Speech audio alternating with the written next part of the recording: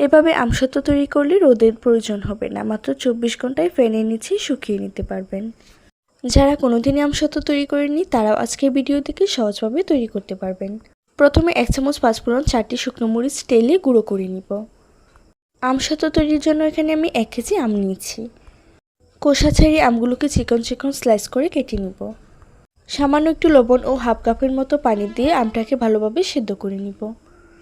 চামচের সাহায্যে আমটাকে একটু ভেঙে ভেঙে দিব।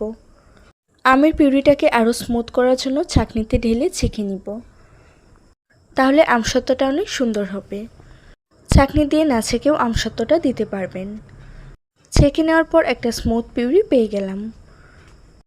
পিউরিটাকে একটা পাত্রে ঢেলে দিয়ে দিব 1 কাপ চিনি। মিষ্টিটা যার যার পছন্দ মতো অ্যাড করবেন। এখন শুধু অনবরত নেড়েচেড়ে যাওয়ার পালা। বেশ কিছুক্ষণ ঝাল করার পর এটা অনেকটাই ঘন হয়ে এসেছে। এ পর্যায়ে অ্যাড করে দিব টেলে রাখা মশলার গুঁড়া। এরকম আঠালো আর কালারটা যখন চেঞ্জ হয়ে যাবে তখন একটি বড় তেল মাখানো প্লেটে ঢেলে নিব। যতটা সম্ভব পাতলা করে ছড়িয়ে দিব, কারণ এটা আমরা ফ্যানের নিচে শুকাবো। 24 ঘন্টা ফ্যানের নিচে রাখার পর দেখুন মাশাআল্লাহ আমাদের আমসত্ত্বটা কত সুন্দর হয়েছে। যাদের বাসায় রোদের ব্যবস্থা নেই তারা এই পদ্ধতি অনুসরণ করে আমসত্ত্ব বানিয়ে নিতে পারেন। আর এটা খেতে তো হয় দারুণ মজা, বানানোর সাথে সাথেই শেষ হয়ে যায়। নতুন একটি ভিডিওতে আবার দেখা হবে। আল্লাহ হাফেজ।